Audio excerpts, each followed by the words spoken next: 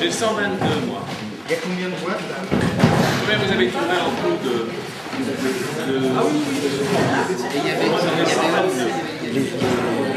les deux grandes conditions pour pouvoir organiser un référendum d'initiative populaire, c'est 4 200 et quelques mille signataires pétitionnaires et un cinquième des parlementaires. Le cinquième des parlementaires, on l'a.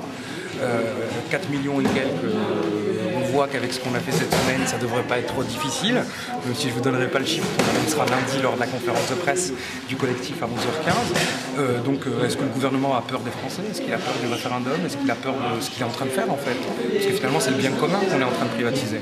C'est un scoop. On a décidé ça ce matin. Le 15 octobre, lors de la niche parlementaire, il y aura une proposition de loi du groupe socialiste qui spécifiera les modalités, les conditions d'un référendum d'initiative populaire. Le gouvernement ne peut pas changer la Constitution pour favoriser la visibilité et le pouvoir de Nicolas Sarkozy, expliquer qu'on va équilibrer la démocratie parce qu'il y aura des référendums d'initiative populaire. Et quand on dit, alors quand est-ce qu'on fait un référendum d'initiative populaire, ne pas promulguer la loi organique qui en spécifie les détails. Donc c'est grave.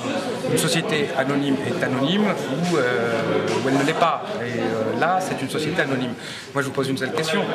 Connaissez-vous une société anonyme qui a capitaux publics n'a pas été privatisée? Il n'y en a aucune. Voilà. Ça n'existe pas. D'accord. Et d'ailleurs, le gouvernement, M. Bailly, le président de la Poste, durant l'été et le printemps 2008, annonçait clairement, vous pouvez retrouver ça dans la presse spécialisée, dans la presse généraliste, la privatisation de la Poste. Sauf qu'il y a eu la crise financière, donc là, ils ont eu un petit peu peur. Et donc après, ils ont repoussé le sujet après les européennes, etc. Et dans les faits, aujourd'hui, nous avons des gens qui veulent la privatiser. La société anonyme, c'est un pis-aller en attendant une meilleure conjoncture politique qu'on ne leur laissera pas. 500 postes, qu'on supprime des milliers de guichets, faut pas s'attendre à ce que...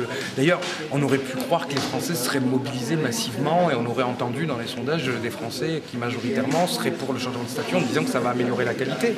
Non, parce qu'ils savent que c'est du fait de cette privatisation rampante qui a déjà commencé dans les faits, dans la gestion d'entreprise, que nous avons aujourd'hui cette détérioration du service. Il n'en demeure pas moins que l'ouverture et la libéralisation du marché, elle n'implique en aucun cas, je dis bien, le changement de statut de l'entreprise. Vous savez, il y a une directive postale au niveau européen qui date de 2007, qui spécifie un certain nombre de conditions pour pouvoir entrer en concurrence avec la Poste. C'est pas aussi évident d'entrer en concurrence avec la Poste si c'est une entreprise publique.